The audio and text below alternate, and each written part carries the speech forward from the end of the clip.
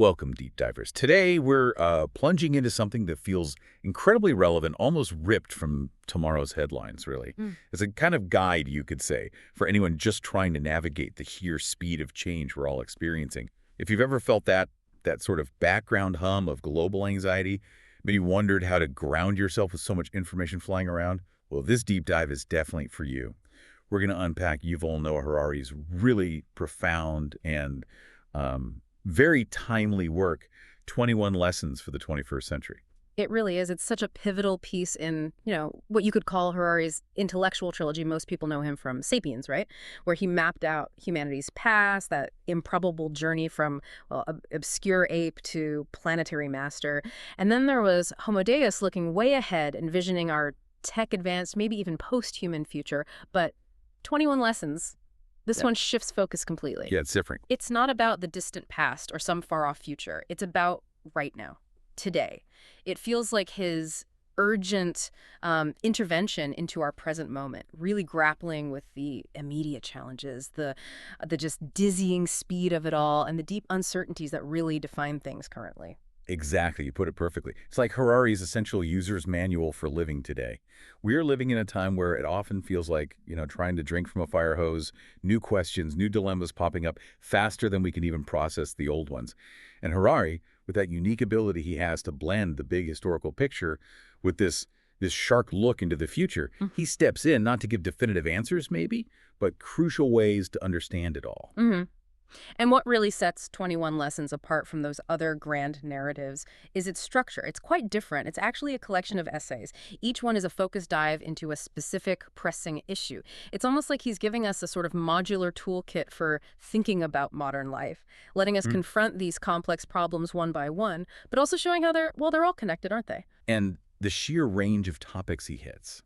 It's kind of staggering, actually. I mean, everything from the rise of AI, artificial intelligence, and what that means for automation and jobs, to the really murky waters of fake news and, the future of truth itself.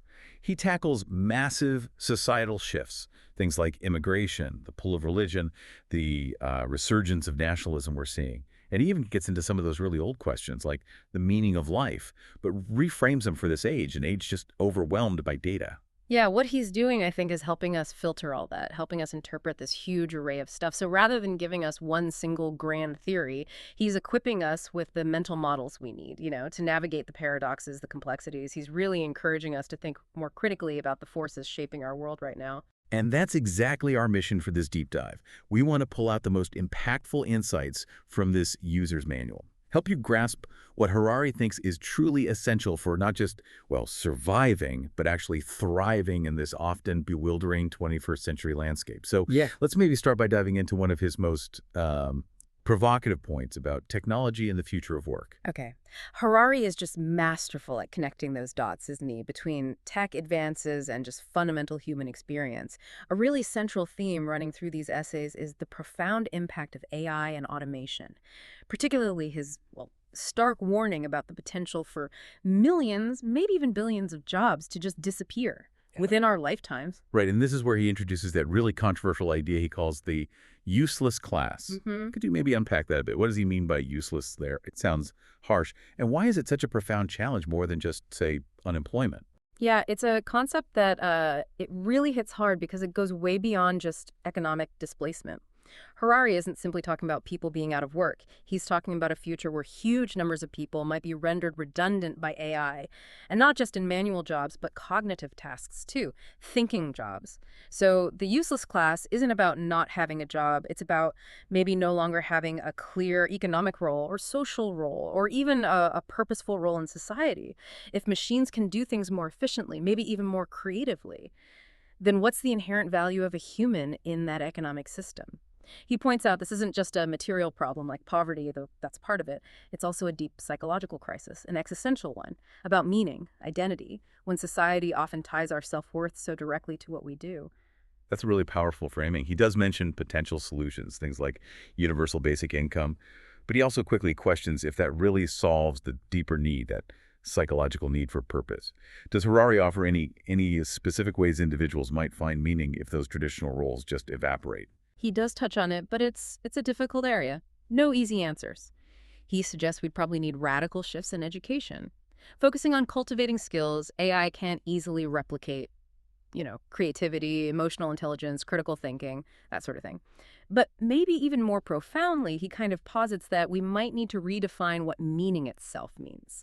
Move away from definitions centered purely on work. Like I said, he doesn't offer simple solutions, Yeah. but he forces us to confront the ethical questions, the societal implications head on. It seems clear that this erosion of traditional purpose could create a huge vacuum. And this feeling of dislocation, this search for belonging in a world changing so fast, Harari sees that actively fueling the comeback of nationalism, doesn't he? He also dives deep into that political landscape, exploring nationalism versus, well, globalization. Yes, exactly. And what's fascinating is how he breaks down the enduring appeal of nationalism, even in our super interconnected, complex world. Harari argues that as global challenges, think climate change, pandemics, regulating AI itself, become just too massive for any single nation to handle alone, people often feel this profound sense of powerlessness. Nationalism then offers this seemingly comforting story, belonging, shared identity, a return to maybe a simpler sense of control, collective purpose. It gives you a familiar tribe when the global tribe feels, I don't know, too abstract or maybe even threatening. But he also clearly points out its limits, right? He makes a strong case that while nationalism can unite a group, it inherently struggles to actually solve these truly global problems, the ones that demand international cooperation. Absolutely. He really highlights that paradox. The very issues that kind of scare people into nationalistic positions, climate change, AI's global impact, are precisely the ones you cannot solve within national borders. Nationalism, in Harari's view, often becomes a kind of escapism. It provides a reassuring story, sure, but ultimately an insufficient framework for tackling 21st century realities. It's a powerful force, definitely, but one he warns can easily blind us to the need for global collaboration. And speaking blind spots and competing narratives, Harari meticulously looks at how fake news and social media echo chambers aren't just twisting our view of reality, but actively shaping it. He really unpacks that concept of post-truth, doesn't he? He certainly does. And he goes beyond just, identifying lies. He questions the very nature of truth itself in this age of just abundant, often contradictory information. Harari argues that humans have, well, always lived by effective fictions, shared stories, myths, narratives that bind us, whether they're objectively true or not, like religions or nations or money. But now, in the 21st century, with sophisticated algorithms, data analytics, these fictions can be manufactured and spread with just unprecedented speed and precision. It makes it incredibly difficult to tell objective reality apart from these powerful engineered narratives. That's a crucial distinction he makes, effective fictions versus objective truth. How does he illustrate the impact of this, especially on, say, our political systems or how we make decisions together? Well, he shows how this erosion of shared facts really challenges the foundations of liberal democracy, which kind of relies on citizens having access to reasonably accurate information to make informed choices. When truth becomes subjective, or when algorithms just feed us stuff that confirms our existing biases, well, collective deliberation becomes almost impossible. How do you even have a debate? He gives examples, from political campaigns, social movements, showing how emotional resonance often trumps factual accuracy. It can lead societies down paths based on curated feelings rather than shared understandings. So it's not just about misinformation, it's about the weaponization of information to undermine our collective ability to even agree on what's real. It's clear Harari is weaving all these complex threads together, AI, nationalism, the truth crisis, into much bigger ethical questions about, well, how we want to live. It feels like he's constantly pushing us to consider what values should guide us as individuals and as societies. Precisely. This isn't just some intellectual prediction game. It's a really profound moral reflection. And what strikes me most, maybe, is his insistence on humility. Harari consistently reminds us that facing these massive, interconnected problems, nobody has all the answers. Not politicians, not scientists, not even the smartest thinkers. The complexity is just overwhelming, and our old ways of understanding often aren't enough anymore. So if the external world is so chaotic and the challenges are so immense, how does Harari suggest an individual keeps any kind of inner balance? He offers some rather unexpected advice there, doesn't he? Almost personal. He absolutely does. And this is where his perspective really broadens out in an interesting way. I mean, for a historian focused on global trends and technology, his emphasis on things like meditation and self-awareness might seem a bit counterintuitive at first, but Harari sees these practices as absolutely vital tools, tools to survive the constant noise, the information overload, the psychological manipulation of modern life. He argues that by understanding our own minds, our biases, how our own inner stories get constructed, we can build a stronger internal framework. So it's about building mental resilience when everything outside feels so unstable. That feels like very personal advice coming from someone who usually operates on such a grand scale. How does he connect that inner work back to those huge external challenges we were talking about? He makes a really compelling argument.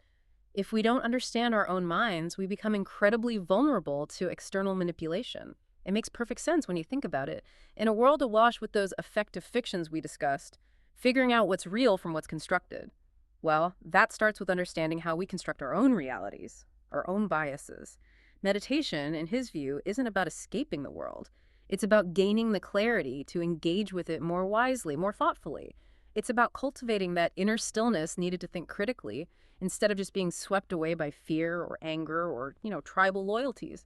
He almost presents it as the ultimate act of individual agency in an age of these overwhelming external forces. It really brings us back full circle, doesn't it? So- Back to the core message he seems to want to get across. Yeah. So if we were to try and distill the main takeaway from 21 Lessons for the 21st Century, what would you say it is? I think the main message is pretty clear. The challenges of our century, AI, climate change, misinformation, inequality, they are undeniably massive, huge. They feel overwhelming, and no single silver bullet, no single leader is going to magically fix everything. He's very upfront about that. Right. But instead of just throwing up our hands or waiting for leaders or governments to solve it all, Harari really insists that each of us, individually, has to take some responsibility. We have to question things. We have to commit to keep learning constantly, choose wisely in what we do, strive to live ethically. It feels like a book that provides a framework for individual action, for agency in this era of global complexity. It tells us that while maybe we can't solve everything alone, we can certainly make a difference by being informed, critical, and intentional in our own lives. And that really completes the journey, doesn't it? The intellectual journey Harari started with Sapiens and Homo Deus. 21 Lessons acts as this vital bridge, grounding us firmly in the present moment with all its messy complexities and urgencies. Ultimately, it boils down to Harari's profound question aimed right at all of us. What do we do now? He really compels us, you feel reading the book, to confront the true scale of these 21st century challenges. AI reshaping work and identity, the looming threats of climate change, that insidious spread of misinformation, the widening gaps of inequality. These aren't just abstract problems out there. They demand our attention, our informed action right here, right now. Exactly.